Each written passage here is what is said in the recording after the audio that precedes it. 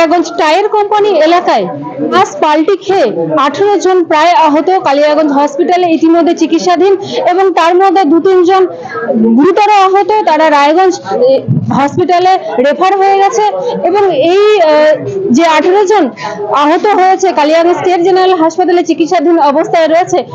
তৃণমূল কংগ্রেসের যিনি প্রার্থী নিতাই বসু, তিনি সবসময় আমরা দেখতে পাই যে হচ্ছে সাধারণ মানুষের পাশে দাঁড়ায়, কিন্তু এই সময় যে ভোটের যে প্রচার, যে গুরুত্বপূর্ণ একটা সময়, সেই সময়টা কিন্তু বাদ দিয়ে তিনি কালিয়াগঞ্জ হসপিটালে ছুটে আসেন এবং আহতদের পাশে দাঁড়ান এবং আশ্বস্ত করেন এবং যাবতীয় যা যা চিকিৎসার প্রয়োজন তিনি কিন্তু এই ডাক্তার থেকে শুরু করে অ্যাম্বুলেন্স মানে যা যা দরকার, মানে তৎক্ষণাৎ যা যা দরকার তিনি কিন্তু সবটাই অ্যারেঞ্জমেন্ট করেছেন খুব দ্রুততার সাথে। অত্যন্ত দুঃখজনক ঘটনা আমাদের কালিয়াগঞ্জে ঘটে গেল। কালিয়াগঞ্জের শহরের শেষ প্রান্তে দুটো বাসের হয়তো ক্রস করার সময় একটা মিনি বাস পাল্টি খেয়ে যায় এবং সাথে সাথে প্রায় 17-18 জন প্যাসেঞ্জার অত্যন্ত গুরুতর হয়ে আহত হয়ে আজকে হসপিটালে ভর্তি হয়েছে। যখনই আমি খবর পেয়েছি, আমি নির্বাচনের প্রচারে ছিলাম, সমস্ত কিছু ফেলে রেখে মানুষের আগে জীবন বাঁচানো মূল লক্ষ্য থাকে বরাবরই আমাদের, সেই উদ্দেশ্যে আমরা হসপিটালে এসেছি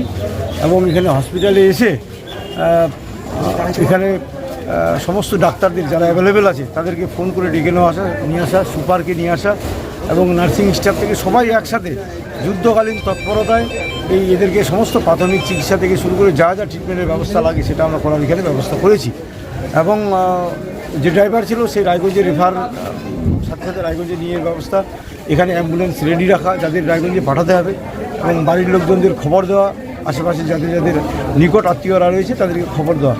এটা অত্যন্ত দুঃখজনক একটা ঘটনা। বলছিলাম দাদা, যে জানা যাচ্ছে যে দুই বাসের ড্রাইভারের মধ্যে একটা রেষারেষি চলছিল, এই বিষয়টা কিভাবে দেখছেন? না, এটা ঠিক আমি জানি না, অ্যাকচুয়াল আমিও শুনলাম এরকমই ঘটনা।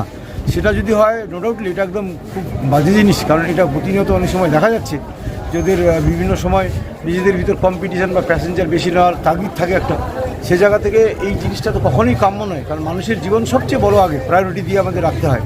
সেক্ষেত্রে আজকে যে ঘটনা ঘটে গেল, এখন বলা যাবে না কার কী হয়ে, অনেক বাচ্চা মাথায় আঘাত পেয়েছে, নাক দিয়ে রক্ত ঝরছে, এটা তো খুব ভয়ঙ্কর জিনিস হয়ে গেল।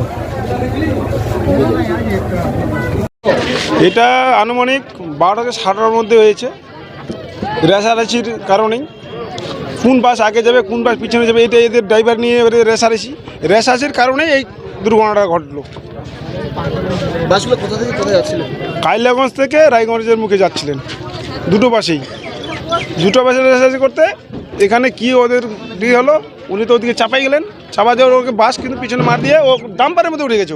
ডাম্পারে উঠে যত রেলি আছে ওগুলো মারে দিয়ে এই যে লাইনের পিলার আছে এখানে মারে দিয়ে বাস তখন পাল্টে খেয়ে গেছে। কতজন আহত হয়েছে? আহত হয়েছে, গুরুতর আহত হয়েছে মোটামুটি 3 জন। ওটা তো খুব সিরিয়াস, ওটা বাঁচবে কিনা তাও বলতে পারছি না, কিন্তু এদিকে 9-10 জন ওরাও গুরুতর আহত।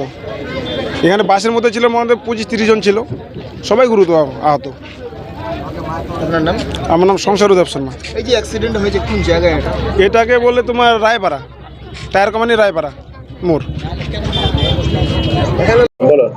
দুটো বাসের রেষারেষিতে বাস দুর্ঘটনার কবলে প্রায় 18 জন যাত্রী। ঘটনাটি ঘটেছে উত্তর দিনাজপুর জেলার কালিয়াগঞ্জের টায়ার কোম্পানি এলাকায় রায়পাড়াতে এই ঘটনাটি ঘটেছে এবং দুটি বাসই কিন্তু রায়গঞ্জ মুখী ছিল। উত্তর দিনাজপুর থেকে আমি রাধারানী, আপনারা দেখছেন হর্ষ নিউজ।